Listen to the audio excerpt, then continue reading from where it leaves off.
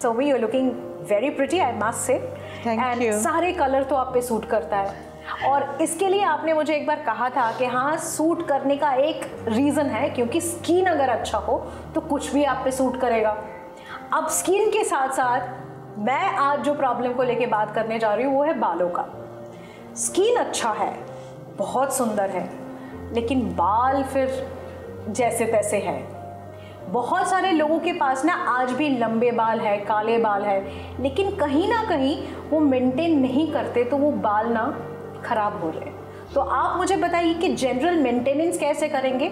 और बहुत सारे टाइम पे हमारे जैसे कि कंट्री में ना सीज़न चेंज होते हैं, तो हमारे सीज़न चेंज के दौरान हम देखते हैं कि हमारे स्कैल्प पे जो रूसी होता है वो भी आ जाता है। तो आप मुझे बताइए कि ये दोनों जो प्रॉब्लम है इससे हम कैसे अपने आप को बचाएं। एक्चुअली हमें पता ही नहीं चलता है। सपोज़ करो 14 या 15 साल उम्र में हमारा चोटी का साइज जो होता है वो इतना मोटे होते हैं, उसके बाद धीरे धीरे पतला होते व्हेन हम लोग रीच करते हैं 40 साल की उम्र में तो इतना पतला सा हो जाता है। तो हमें समझ में ही नहीं आता कि हमारा हेयर फॉल हो रहा है, मेरा बाल गिर जा रहा है, हमें वहाँ पर रुकना चाहिए। जेंट्स का तो बात ही अलग है, पुरुषों का बात अलग है कि वो लोग पूरा बॉल्ड हो जाते हैं, उसके बाद उनको पता चलता है, उसके बाद बोलते हैं धैर्य छोड़ो कोई ज़रूरत नहीं। हाँ, और ये भी है, मतलब मैंने देखा है बहुत सारे लोग, स्पेशली मैं पुरुष बंधुओं के बारे में बात कर रही हूँ, वो बड़े ही, मतलब मैं क्या बताऊँ, बिल्कुल अवेयर है ही नहीं। अवेयर होने के बावजूद भी होते नहीं है, क्योंकि पुरुषों के बारे में 21-22 साल उम्र से हेयर फॉल होना शुरू हो जाता है, बाल झड़ने शुरू हो जाता है। तो उस टाइम से वो लोग कोशिश तो करते हैं लेकिन वो लोग रोक नहीं पाते। लेकिन उनको पता भी नहीं होगा ना कैसे, मतलब कोशिश भी कैसे किया जाए वो भी पता नहीं होगा। वही तो शिरीन जो मैं बोल रही हूँ, मैं आज हम आई थिंक रूप निखार में बहुत दिन हो गए, मैं सबको एक ही चीज़ समझाने का कोशिश कर रही हूँ कि आपको ज़रूरत क्या है, आपको उस हिसाब से। आज सोमी स्कैन में 2-3 रकम का शैम्पू है, जवा आंवला शैम्पू है, कैन ग्रो शैम्पू है, आर्गन ऑयल शैम्पू है। अगर सपोज करो कि किसी का हेयर फॉल हो रहा है तो हेयर फॉल हो रहा है रूसी के वजह से, और वो ये हो सकता है कि विटामिन का कमी की वजह से, हो सकता है कि हेरिडिटरी हो, मतलब फादर को भी है तो मुझे भी होगा, या मदर का भी हेयर एक टाइम में पतला हो गया तो मुझे भी होगा, या फादर मदर किसी का भी हेयर कम हो गया था उम्र के साथ साथ तो मुझे भी होगा। तो ये सारे प्रॉब्लम का आप तीनों शैम्पू से कोई भी एक सोमी स्कैन प्रोडक्ट का कोई भी एक शैम्पू उठा लोगे तो नहीं होगा ना, क्योंकि तीनों शैम्पू का काम अलग है। इस जगह में आपको यूज़ करना पड़ेगा कैन ग्रो शैम्पू। आप अगर कैन ग्रो शैम्पू यूज़ किए, उसके साथ आप आर्गन ऑयल हेयर वाइटलाइज़र और उसके संग एक कैप्सूल आता है इतना छोटा सा, बायोटिन समृद्ध, मतलब बायोटिन है उसमें। बायोटिन बहुत अच्छा होता है हेयर के लिए, आपका त्वचा के लिए, आपका रैदर वेट घटाने के लिए भी बायोटिन काम आते हैं। तो वो दिन में एक कैप्सूल खाने के लिए है। And this is pure Ayurveda, this is कुछ नहीं है, ये कुछ ज़्यादा कुछ नहीं है, आप लोग खुद भी देख सकते हो।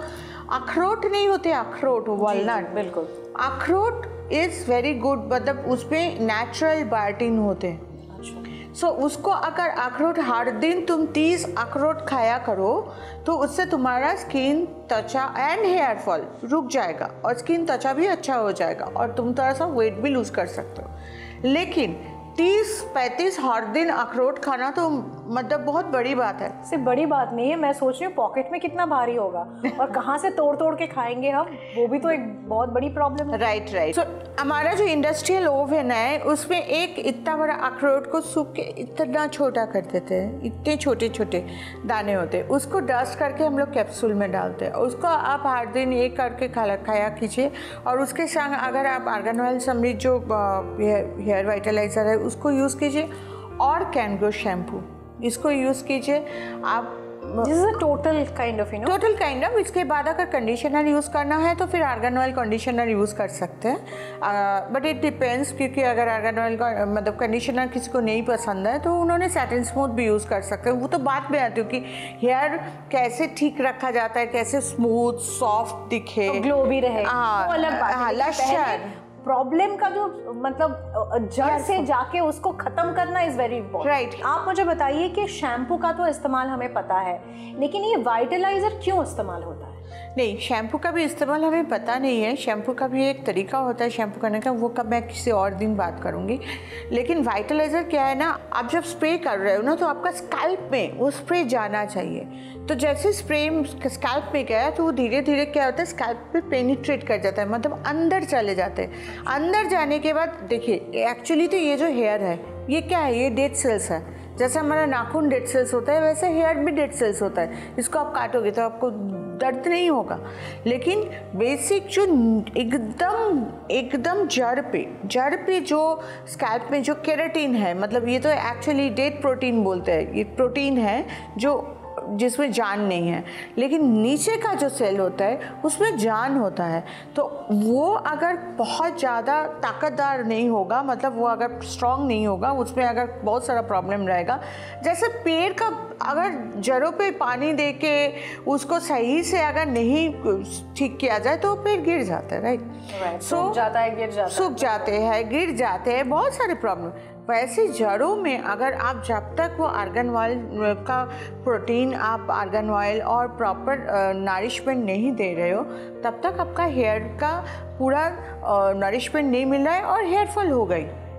सो एक अंदर से जैसे आपको बायोटिन अमृत कैप्सूल खाना होगा और एक बाहर से हेयर वाइटलाइजर यूज़ करना होगा। अच्छा, मतलब ये दोनों का कॉम्बिनेशन में डेफिनेटली वो जो समस्या है, स्पेशली जो रूसी डैंड्रफ का समस्या है, वो धीरे धीरे चल जाएगा। तो कहते हैं कि मतलब मोटा मोटा कितना दिन लगता है ये मतलब देखने में कि रूसी का जो समस्या है वो जा रहा है? नहीं, अगर रूसी का समस्या है तो कैंगो शैम्पू यूज़ कीजिए। आई थिंक 1, 2, 3 बार शैम्पू करने में ही आपको पता चल जाएगा कि ये प्रॉब्लम से आप काफ़ी हद तक निकल चुके हो। लेकिन द प्रॉब्लम इज़ दैट कि हम इंडियंस को जो प्रॉब्लम है, हम लोग हेयर ऑयल बहुत यूज़ करते हैं। हेयर ऑयल यूज़ करने में क्या होता है, मतलब हेयर फॉल भी ज़्यादा होता है। रूसी भी कैसे बढ़ता है, जब हेयर में रूसी है, आप ऑयल यूज़ कर रहे हो तो और दब जा रहा है, तो पता नहीं चलता है कि रूसी ठीक हुआ कि नहीं हुआ। ये एक प्रॉब्लम है। तो आप मतलब आपको थोड़ा अजीब लगेगा, लेकिन फिर भी बोल रही हूँ, हेयर ऑयल का यूज़ करना थोड़ा कम कर दीजिए। मतलब यहाँ तो यूज़ करना ही पड़ेगा, वो अलग बात है, लेकिन थोड़ा सा कम क्वांटिटी में। अभी एक ब्रेक का टाइम है, ब्रेक के उस पार मिलते हैं, और भी बहुत सारे प्रश्न हैं, साथ रहिए।